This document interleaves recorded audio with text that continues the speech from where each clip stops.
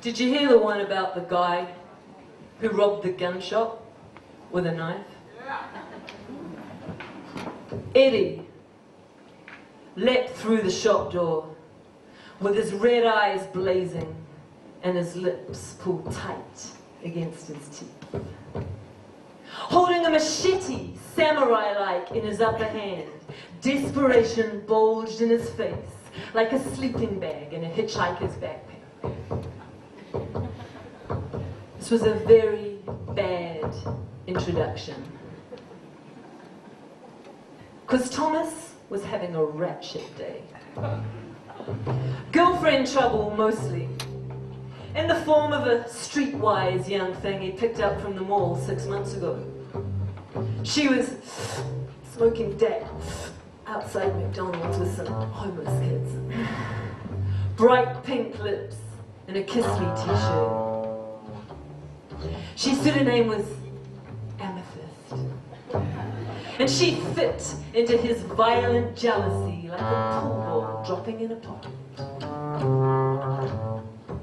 She'd come around the gun shop most days at 2 p.m, giggling and flirting with everyone inside. Thomas would let her polish the glass cases in the front of the shop in return for a coffee and a meat pie. And then she'd stand in the plate glass window, mesmerized by the flashing sign of the appliance store opposite. And Thomas, he thought it was beautiful. Well, Thomas wasn't such a catch, and he knew it. 40-something, although he looked younger.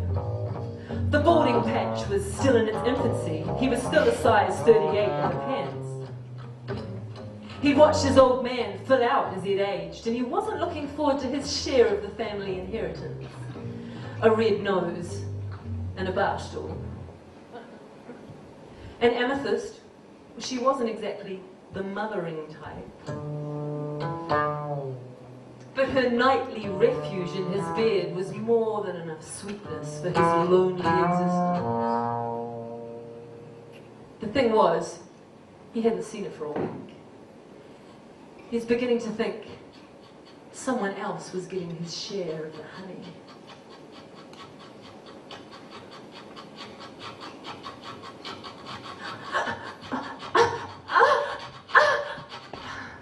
Adding to that, the till was down.